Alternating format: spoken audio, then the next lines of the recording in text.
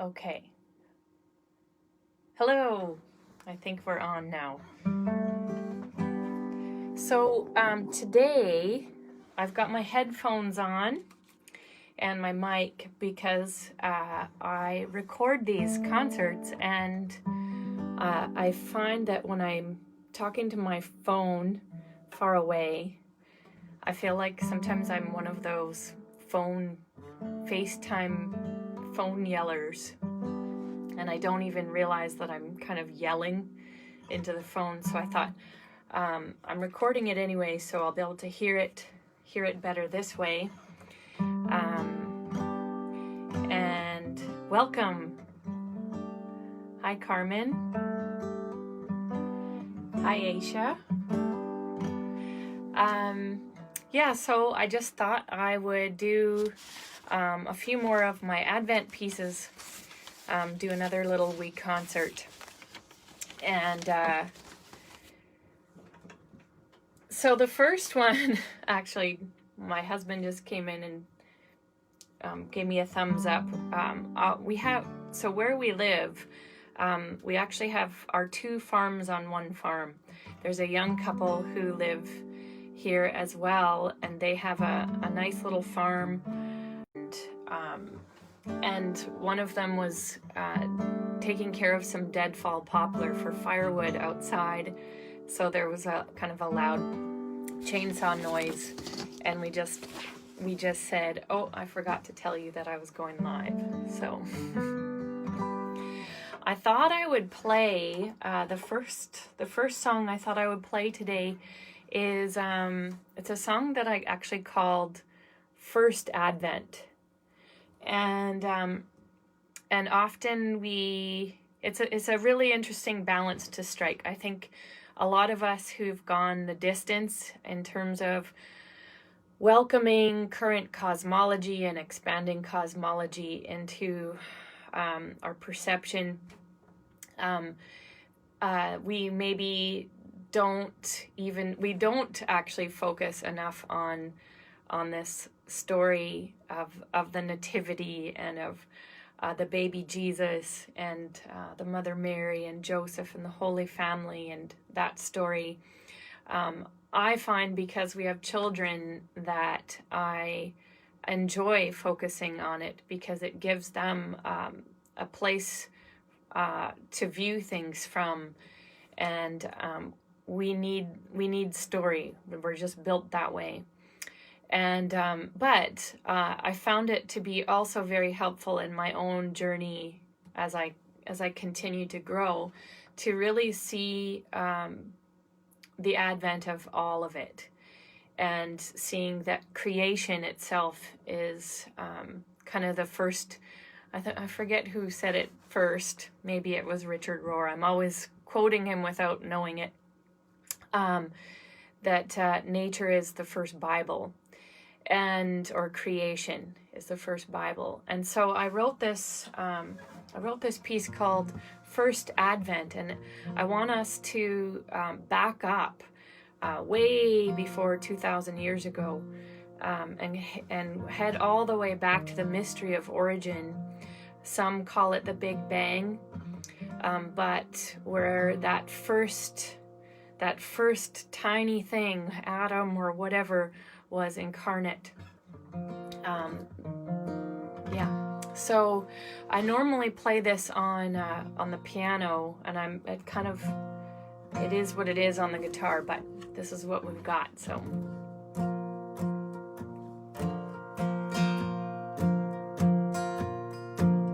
before there were bells to ring,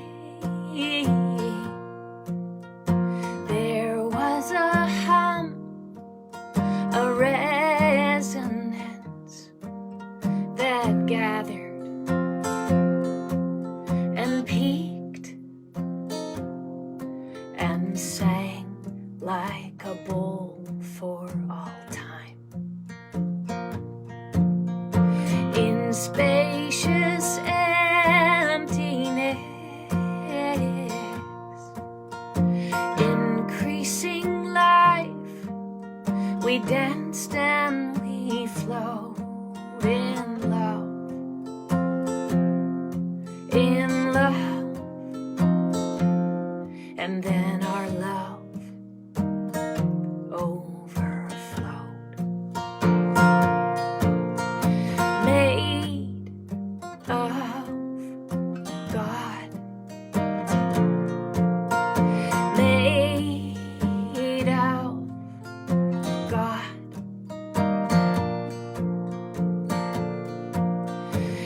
This is the beautiful, dangerous way to be at the point where flesh and love meet. So we risk to be really alive. 'Cause if we're living, one day we will die. All of this came from that resonance, pressed into each particular form, manifested to touch and embrace, because love overflows. Made of God, made of God. There is no end to the love that's inside. What if letting it out is the fullness of life? To hear the call deep within from our great self-emptying lover, and to fail and to fall into those infinite arms where love condenses from stardust to blood, pulsing through every heartbeat, because love overflows. Made of God, made of God, made of God, made of God.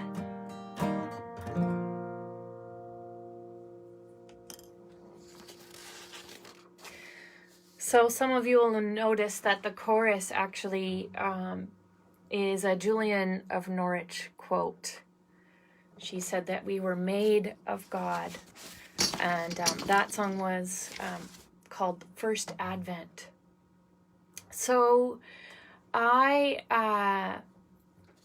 wrote all of these songs to go with the lightings of the candles with Advent. And what I mean by that is the prophet's candle, the Bethlehem candle, the shepherd's candle, and the angel's candle. And I'm going to play all of those. Last week I played the prophet's candle, and I played the angel's candle, which is next week. But I'm going to do them all anyway, because today is the shepherd's, and next week is the angels. But that one, I sing Hail Mary, full of grace, the Lord is with you. And because it's about the revelation of the angel's visitation to Mary. And yesterday was the feast of Our Lady of Guadalupe, so I thought I could get away with it.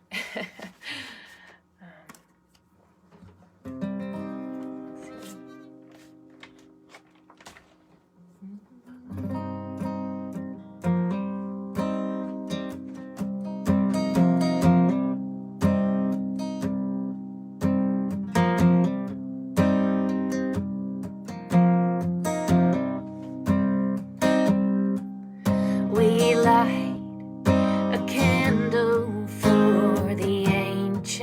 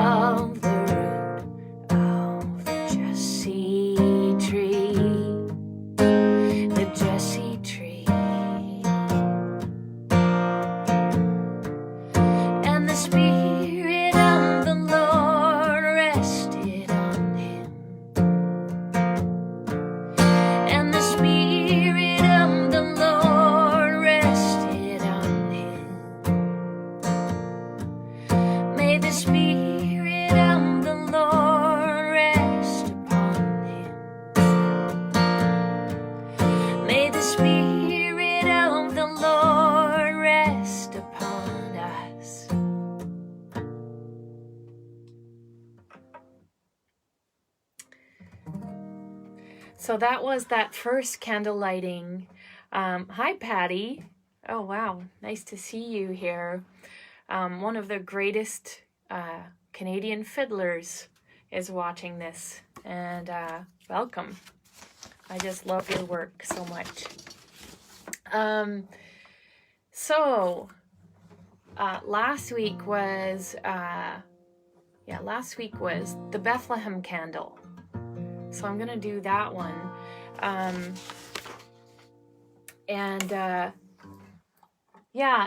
think it was 2 years ago that I put this whole thing together. I kind of did, they're not like complete typical songs where there's a verse and a chorus necessarily, and there's repetition in a sort of folk taizé style. But I find that when that repetition comes around again and again, even if we're here on Facebook and we're all apart from each other, that maybe you can find your rhythm and sing along or chant along, and because you'll hear it more than once, which maybe will give you a chance. So. Too little to be among the clans of Judah. From you one will go forth for me, and his goings forth are from long ago, from the days of eternity. So we light this flame and touch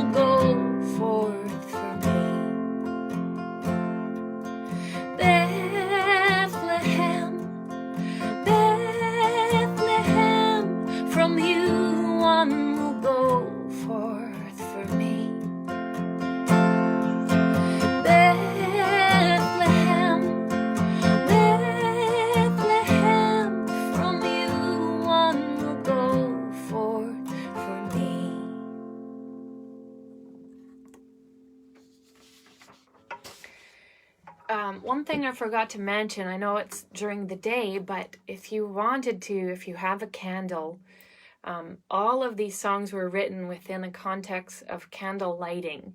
And I don't have a candle out here, but if you want to do that, then you can do it for me.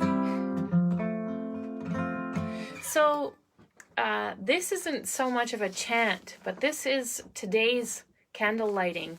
And it is the shepherd's candle. I've always been very fascinated by the shepherds and the story of the shepherds, and how it is the shepherds who the angels reveal themselves to in the story.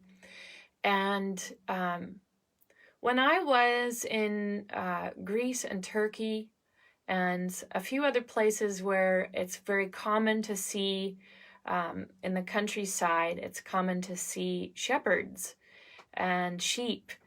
I was intrigued and interested and fascinated by the fact that almost all of the shepherds that I met walking the countryside were women.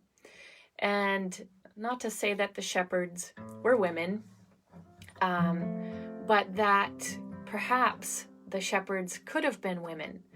And I like to imagine that to be so, because already the angels, who kind of represent this this glory, the weight of glory, reveal themselves to the sort of the lowly, earthbound, earthy figures of the story, the shepherds. And then on top of that, we have the angel revealing himself to Mary.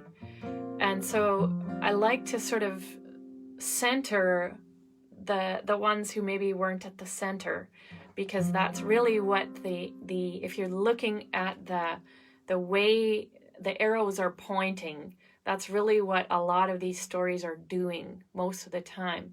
Because we know that these nativity narratives were written well over 100 years later, within the context of the destruction of the temple, horrific times that these Gospels were written in.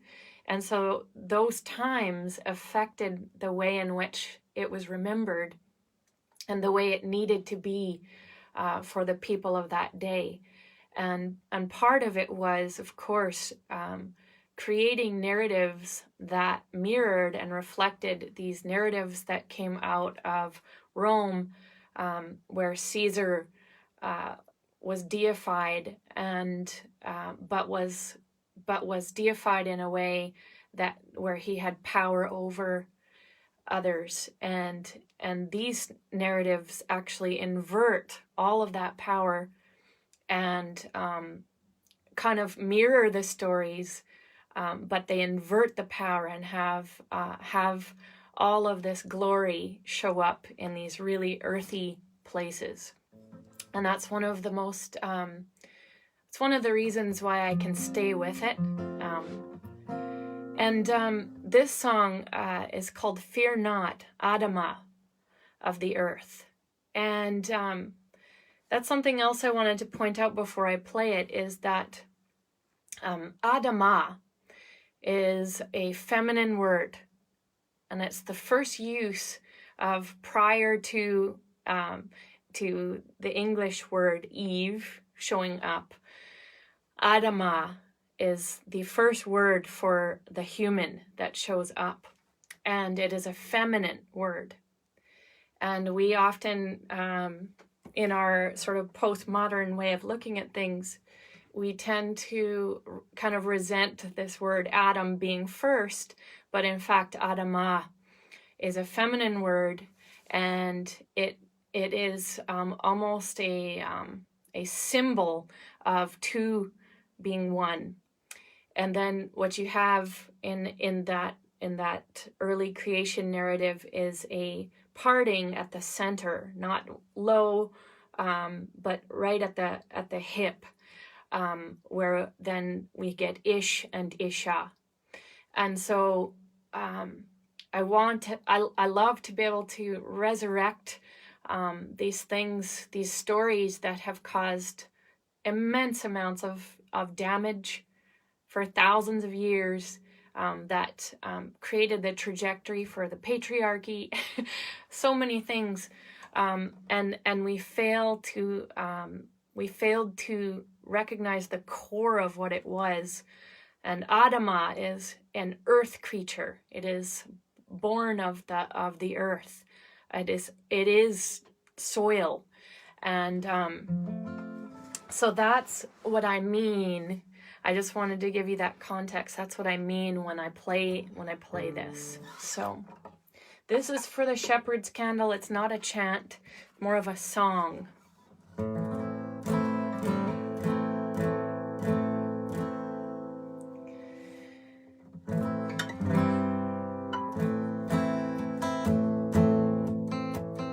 Sandals fashioned from the heights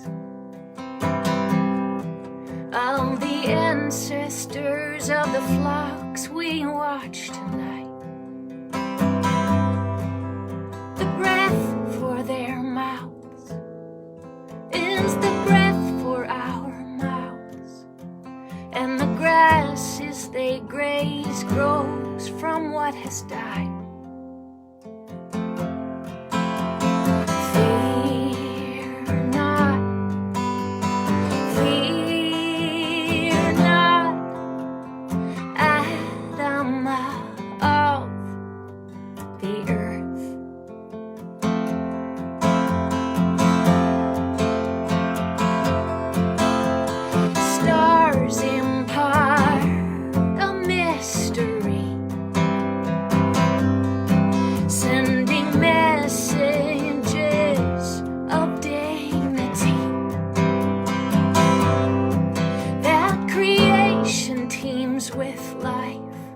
And I am is in that life, and the voices of the angels sing glory.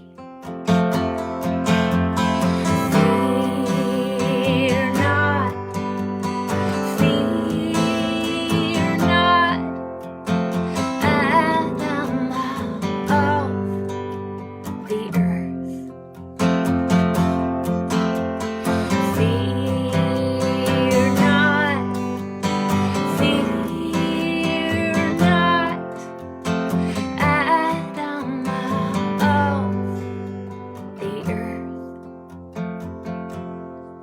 Born of flesh in that stable is a sign, and he will spread his arms to embody all of life and sink down, down in the soil and die like a seed to show love's been in every vein that ever flowed.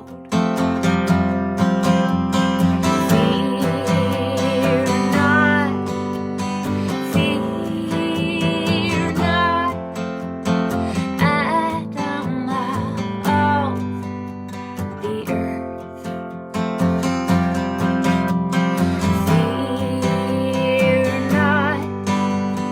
Fear not, Adam of the earth. Birth and death are one. We return to dust, so the grass will grow. Fear not.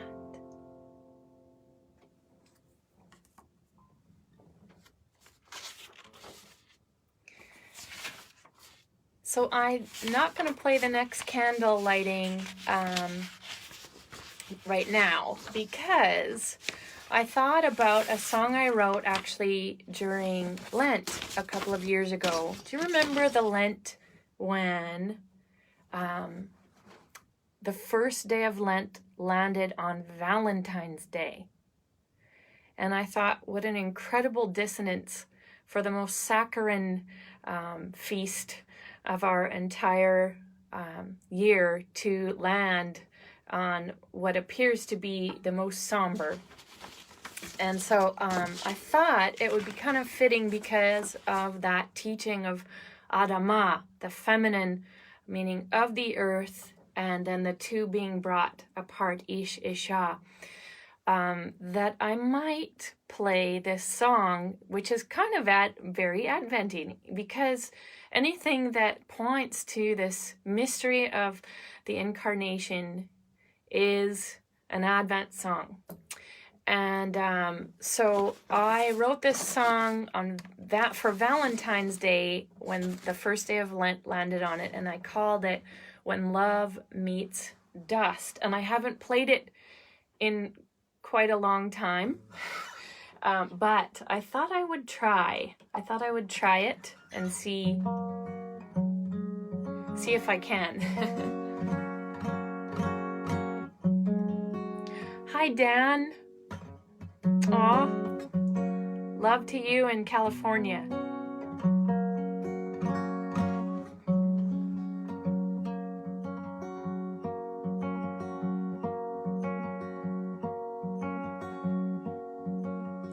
My heart has made me a wild child.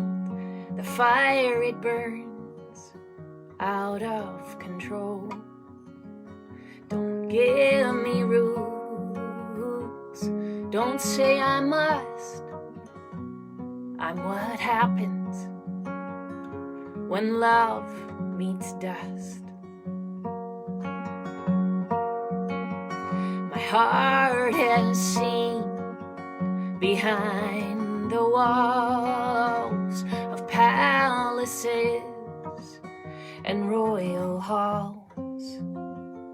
Don't give me rules. Don't say I must. I'm what happens when love meets dust. And there's a longing down inside, and this longing never dies. It can destroy, or it can trust, but it's what happens when love meets dust. My heart's been empty, filled by you. You flow through me and suffer with the heavy laden with the untouched. You are what happens when love meets dust. And there's a longing down inside, and this longing never dies. It can destroy, or it can trust, but it's what happens when love meets dust. And there's a longing down inside, and this longing never dies. It can destroy, or it can trust, but it's what happens when love meets dust. You sowed this flame inside of us. We are what happens when love meets dust.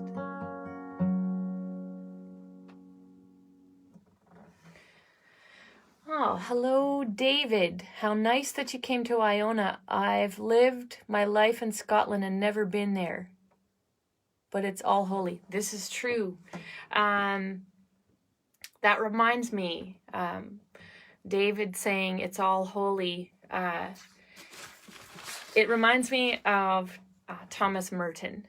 And Thomas Merton had his Fourth and Walnut moment. And for those of you who don't know what I'm talking about, he was just standing on a corner, a street corner, the Fourth and Walnut in Louisville, Kentucky. And he had a moment where he realized that he loved everyone. And he was filled with an awareness of the entire collective web of connection of the incarnation. And actually, I made an album about Thomas Merton's life called Point Vierge, Thomas Merton's Journey in Song. And I made it with a fellow named James Finley, who's a fantastic contemplative teacher and also was a depth psychologist for many years, but also was a novice when he was very young at Gethsemane. And Thomas Merton was his spiritual director. And And in the album, for the song that I entitled Fourth and Walnut, where I curated some of Merton's words, James Finley tells his story of his Fourth and Walnut story, which is that he was standing in inner city Cleveland, and it was this juxtaposition, because he used to go on these long walks when he lived at Gethsemane, and there was a path, and he thought of it as a sacred path.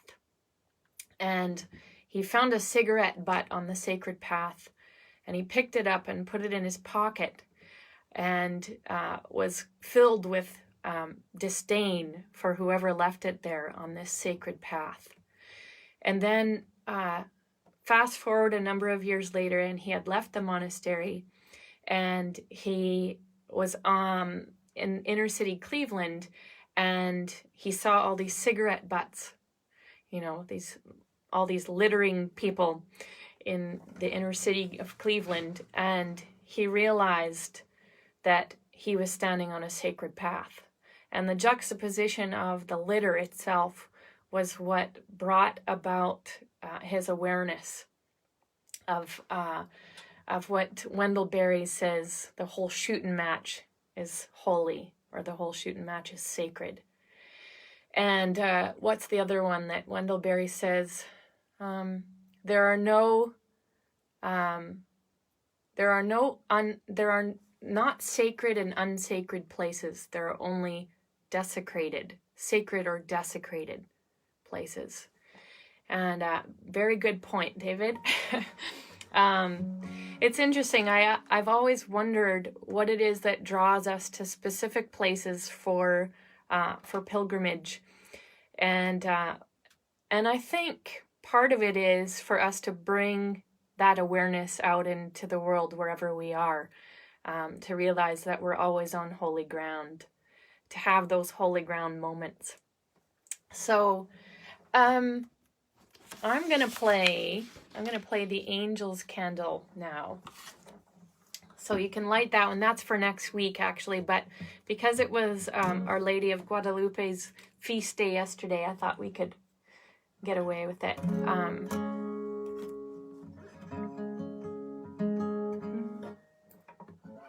Let's see.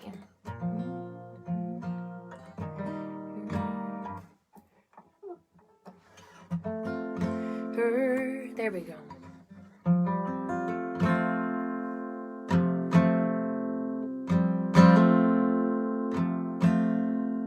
Her heart beat in time with my wings. Her heart beat in time with my wings. Hail Mary, full of grace, the Lord is with you. Her heart beat in time with my wings. Her heart beat in time with my wings. Hail Mary, full of grace, the Lord is with you. Her heart beat in time with my wings. Her heart beat in time with my wings. Hail Mary, full of grace, the Lord is with you.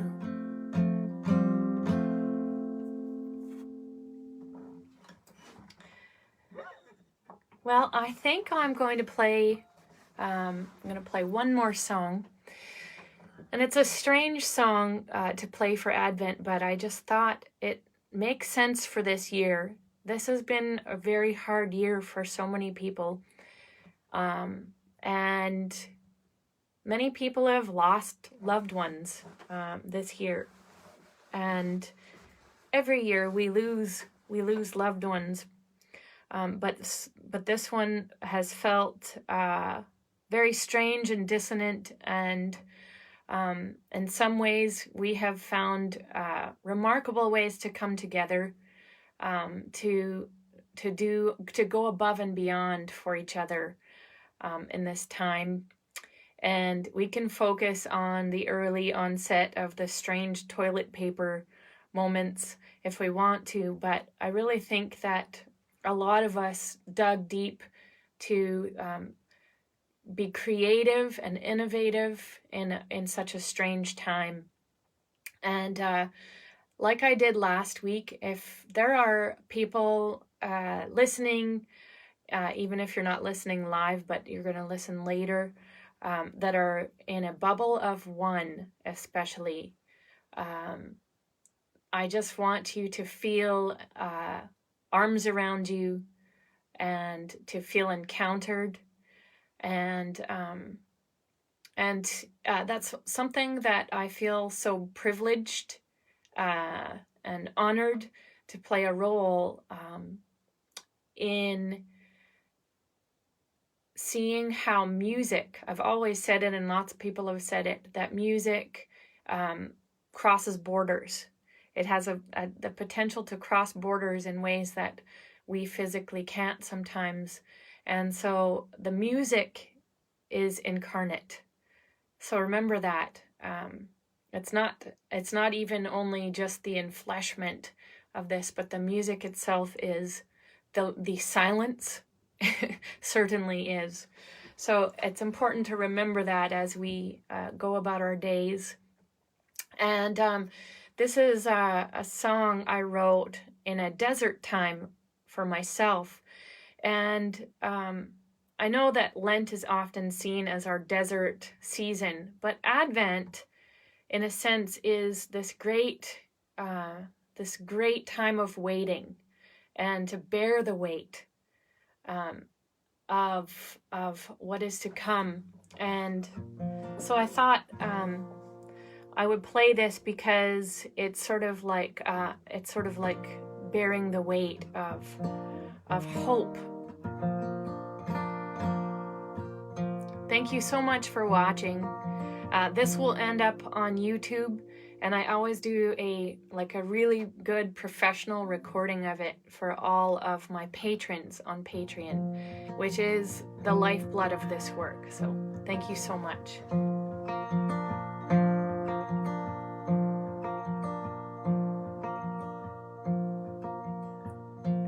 When the desert called my name,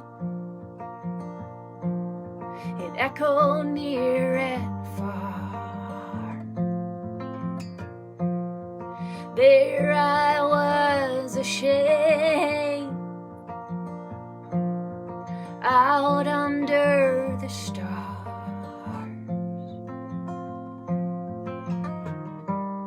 Well, she looks lost and lonely,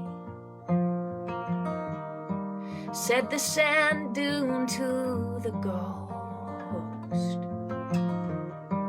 But you find your way, make no mistake, when the desert calls your name.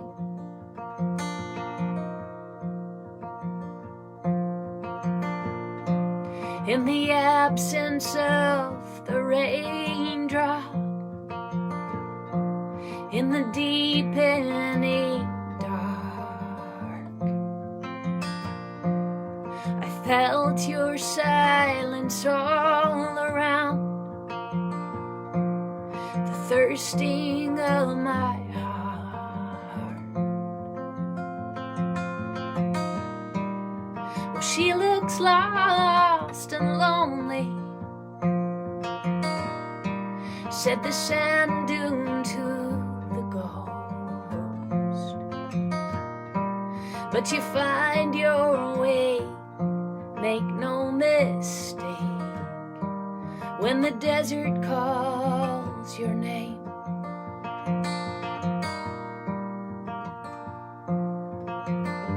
Well, it's been said that it's a lucky dark If you find yourself there, so I'll thank my lucky stars and try to be real brave, just like a Bedouin child. Well, sure, I'm lost and lonely, like the sand dune and the ghost. But you find your way, make no mistake, when the desert calls your name.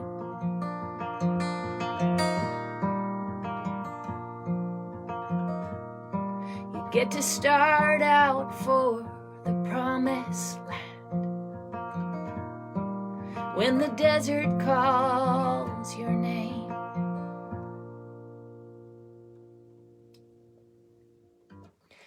Thank you so much for joining me. I think I'll probably go on live next week at 2 p.m. Central Standard Time as well.